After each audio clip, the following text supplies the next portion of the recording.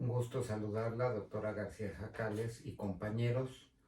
Escogí el tema del asesinato de Álvaro Obregón por la importancia histórica que tuvo en su momento este evento, el cual sí se puede calificar de un magnicidio, a diferencia de lo que erróneamente se ha señalado de Luis Donaldo Colosio. En el caso de Álvaro Obregón estamos hablando que ya era un presidente electo, que estaba a un corto tiempo de iniciar funciones.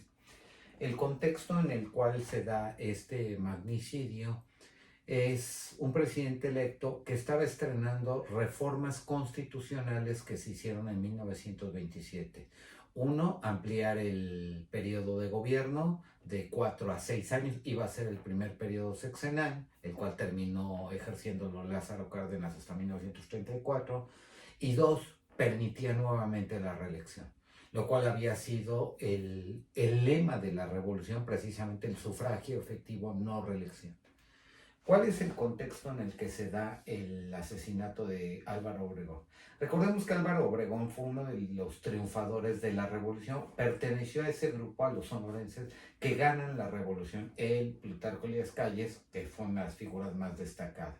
Se convierte en el jefe máximo una vez que ha sido asesinado Venustiano Carranza, y su primer periodo de gobierno de 1920 a 1924, después del interinato de 6 meses de Adolfo de la Huerta, que sucedió a la muerte de Venustiano Carranza.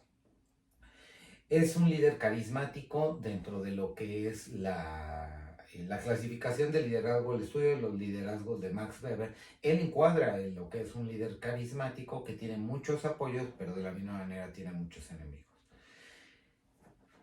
Se retira aparentemente a la vida privada una vez que termina su primer periodo de gobierno en 1924, gana la elección Plutarco Elías Calles, pero decide regresar nuevamente a cumplir un segundo periodo presidencial. Pero en este momento México está pasando por lo que conocemos como la Guerra Cristera, también un periodo que no ha sido muy estudiado, no ha sido ampliamente estudiado, y en el cual pues, hay una situación de molestia por parte de ciertos grupos encabezados por el episcopado mexicano, por ciertas ligas de católicos y que se escudaban en la libertad de expresión porque realmente obedecían a la Iglesia Católica o respondían a la Iglesia Católica ante el avasallamiento de Plutarco Elías Calles y esa mano férrea que tuvo para perseguir a los clérigos, para perseguir particularmente la Iglesia Católica, que pues era abrumadoramente mayoritaria en ese entonces en nuestro país. Hay una reacción por parte de estos grupos. Estos grupos lo que solicitaban era cancelar o modificar, más que cancelar, modificar ciertos artículos de la Constitución que sentían que los agraviaban, pues desde luego buscaban una religión de Estado, un estatus especial para los católicos, para la religión católica, el cual Plutarco Elías Calles no estaba dispuesto a otorgarles. Entonces esto desata un conflicto armado que fundamentalmente se dio en el centro del país, que si lo vemos en la actualidad, el centro del país sigue siendo muy conservador, sigue siendo muy religioso, a diferencia del norte. El norte también tiene su parte conservadora y religiosa, pero estar quizás más pegado a Estados Unidos es un poco más liberal.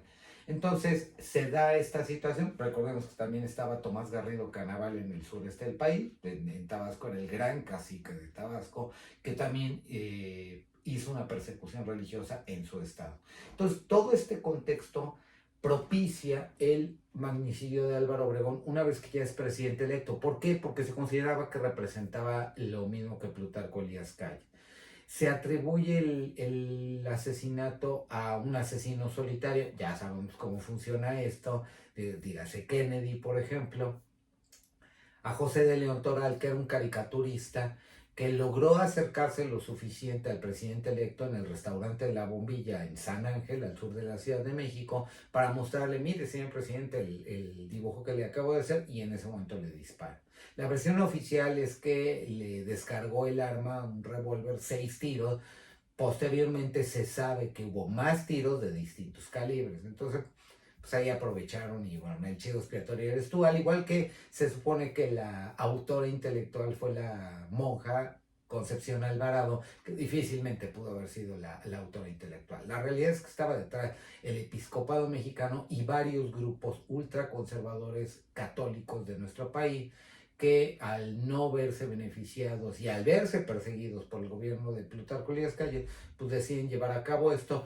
Y también la parte de que esto pasa por instaurar nuevamente la reelección, que finalmente fue por lo que se peleó durante prácticamente 10 años. Entonces, ese es el tema que decidí comentar con ustedes, ponerlo a su consideración y que es el esbozo general de lo que ocurrió.